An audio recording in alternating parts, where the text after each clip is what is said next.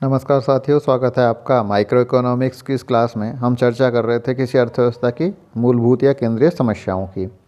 तो हमने चर्चा की थी आवंटन की, संसाधनों के आवंटन की समस्या, और उसका हल ढूंढा था पूंजीवादी अर्थव्यवस्था और नियोजित अर्थव्यवस्था में। आज हम चर्चा करेंगे मिश्रित अर्थव्यवस्था में संसाधनों का आवंटन की समस्या। तो मिश्रित अर्थव्यवस्था सरकारी नियोजन को बाजार अर्थव्यवस्था के साथ में जोड़ती है, यानी कि ये बाजार अर्थव्यवस्था यानी कि पूंजीवादी अर्थव्यवस्था और समाजवादी अर्थव्यवस्था यानी कि नियोजित अर्थव्यवस्था दोनों का मिला जुला रूप होता है।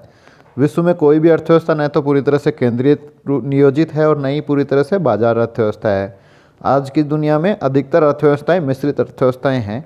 मिश्रित आर्थिक प्रणाली में निजी क्षेत्र द्वारा वस्तु और सेवाओं के उत्पादन का चयन लाभ के उद्देश्य के आधार पर भी निर्भर करता है, तथा कुछ वस्तु और सेवाओं का उत्पादन सरकार द्वारा निर्धारित लक्ष्यों के आवश्यकताओं के अनुसार करता है।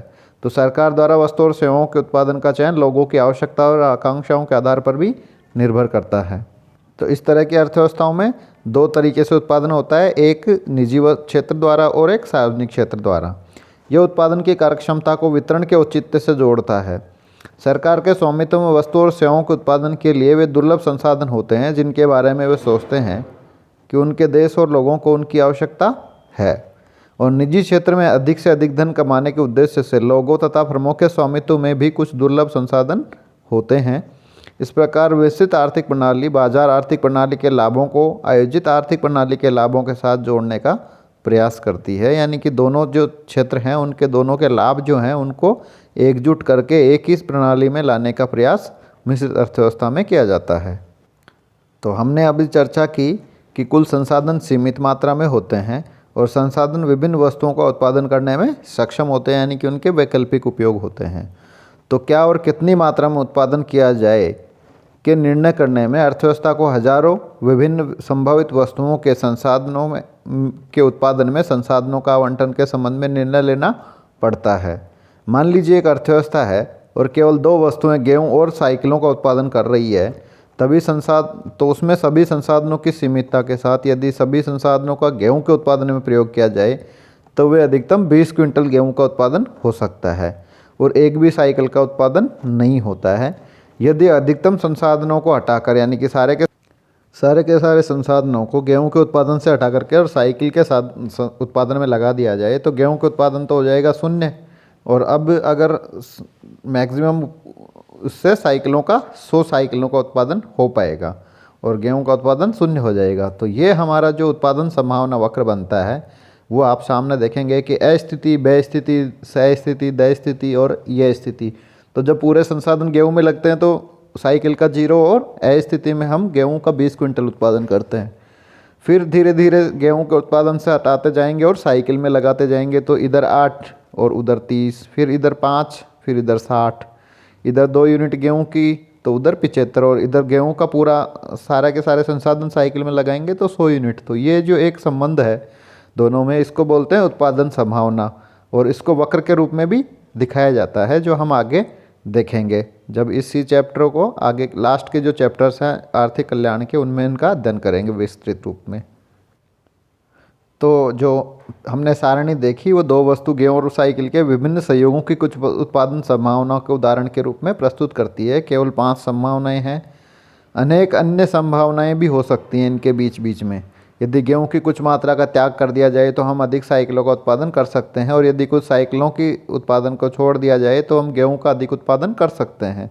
इसलिए वैकल्पिक उत्पादन संभावनाओं के लिए दुर्लभ संसाधनों के विभिन्न संयोगों में लगाया जा सकता है, यानी कि जो दो कॉम्बिनेशन है इन वस्तुओं के वो बहुत सारे कॉम्बिनेशन हो सकते हैं दी हुए वस्तुएं उत्पादन के साधनों के साथ में।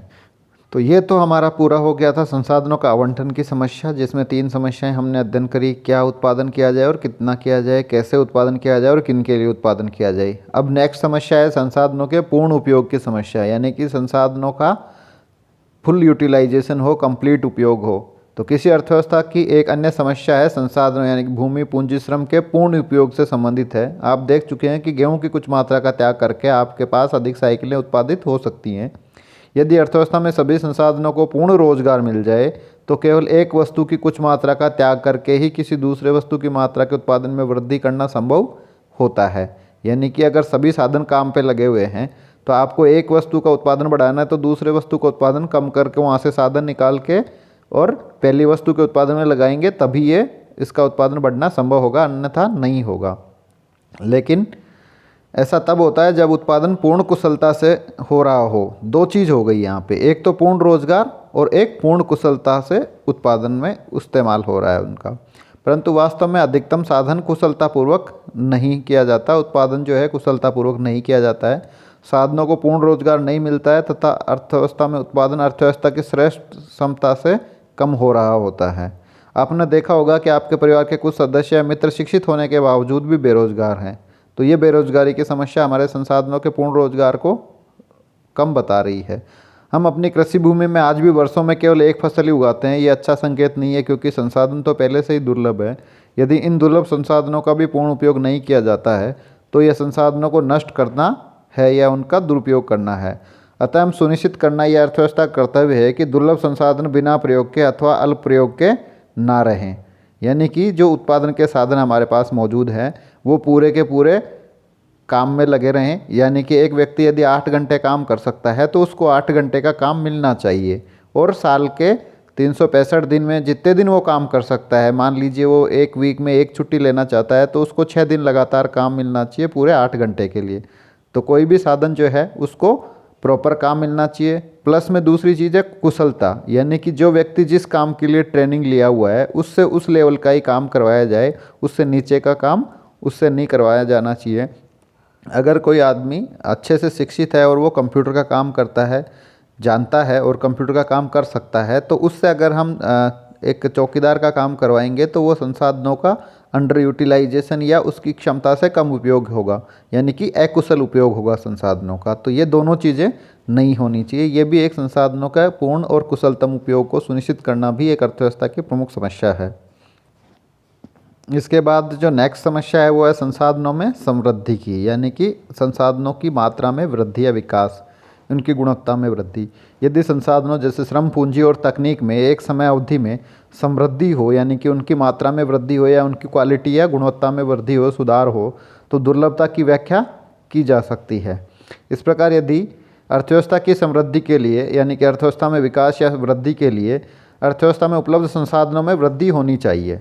संसाधनों के प्रभावशाली संवर्धन के साथ द्वारा ही समाज उच्च जीवन स्तर का आनंद उठा सकता है। यानी कि जनसंख्या बढ़ रही है तो हमारे संसाधन और कम होते जा रहे हैं प्रति व्यक्ति, तो हमें उन संसाधनों को अधिक कुशलता से और उनकी मात्रा में वृद्धि करके ही आनंद जीवन स्तर को अच्छा बनाया जा सकता है। इसी प्रकार देशों का विकास भी हुआ है।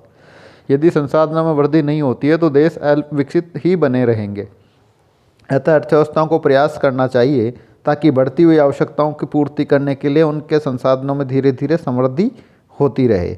यानी कि नई नई खोजें करते रहने चाहिए जिनसे उत्पादन के साधनों की मात्रा बढ़ जाए, और साथ में जो उत्पादन के साधनों का जो उपयोग की जो तकनीक है वो अधिक कुशल होनी चाहिए, जिससे कम से कम संसाधनों से अधिक वस्तु और सेवाओं का उत्पादन संभव हो सके। तो हमारे जो उत्पादन के साधन हैं उनको अधिक कुशल बनाया जाना चाहिए, उनका उपयोग की जो प्रणाली या तकनीकी है उसको अधिक कुशल बनाया जाना चाहिए, ताकि कम से कम संसाधनों में अधिक से अधिक उत्पादन हो सके और इससे हमारे आर्थिक वृद्धि और विकास का रास्ता तैयार हो सके। तो इस प्रकार से अर्थव्यवस्था के सामने ये प्रमुख समस्याएं थी, संसाधनों के आवंटन की समस्या, संसाधनों के समृद्धि की समस्या और संसाधनों के पूर्ण रोजगार की समस्या।